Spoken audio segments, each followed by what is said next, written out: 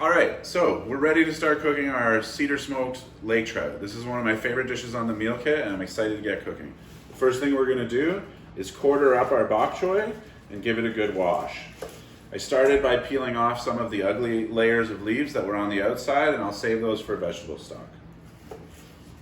Bok choy grows in the dirt, as most vegetables do, but due to the way its leaves are kind of formed, it tends to pick up dirt as it grows. So we really want to cut it into quarters, and then I'm going to soak it in water for about 5 minutes just to really let the dirt come out of that. So the next thing we're going to do is our jasmine rice. We've got our bok choy soaking. I do have my oven preheated to 425, so that when that's ready to go, it'll go in there. Rice is next. So I recommend a nice heavy bottomed pot. This is a nice Dutch oven, so it's perfect for rice. It gives us nice even heat, and it won't scorch or burn the bottom when the water starts to dry up.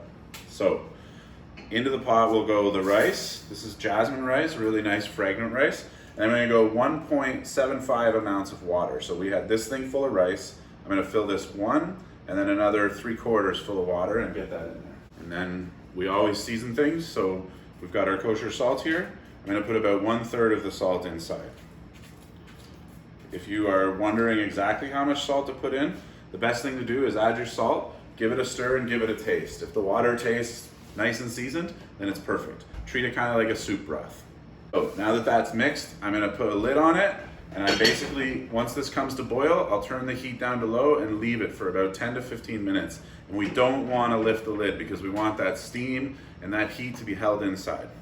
Okay, so next thing we're going to do is season our bok choy and get it into the oven.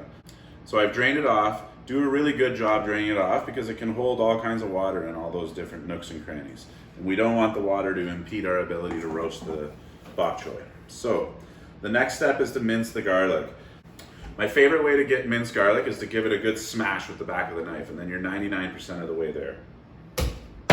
So as you can see, that pretty much minced it. Then it's just a matter of a quick chop with a knife, and we're done. Not only is it quick and easy, but it'll impress your friends. So onto the bok choy goes the garlic.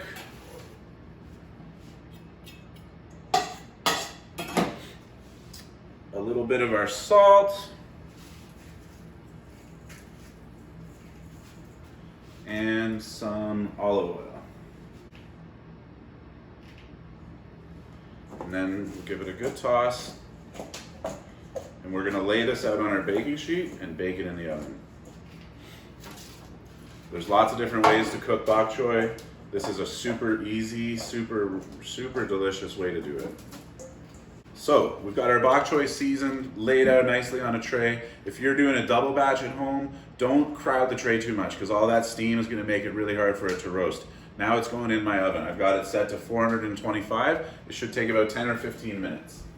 All right, so our rice is simmering away, it's almost done. Our bok choy is roasting in the oven. It smells garlicky and amazing in here. I've got my cast iron pan. If you don't have a cast iron pan, any kind of heavy frying pan will do. Relatively non-stick would be good, but it'll work with almost anything. So into my pan goes a little bit of oil.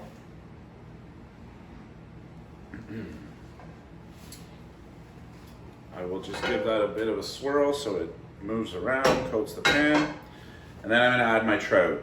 This trout has been cold smoked already by us, so we have salted it and we have peppered it, so you don't need to add any seasoning. Normally, of course, we'd be seasoning the fish before it goes in the pan. So one thing we want to do is make sure the fish isn't too wet, otherwise it'll splash on us and it won't release from the pan very well. So I always cook my fish presentation side first. In this case, the skin is going to be my presentation side. So I'm going to put it in the pan, laying it away from me. That way, if I splash any oil up, it splashes away from me, not towards me.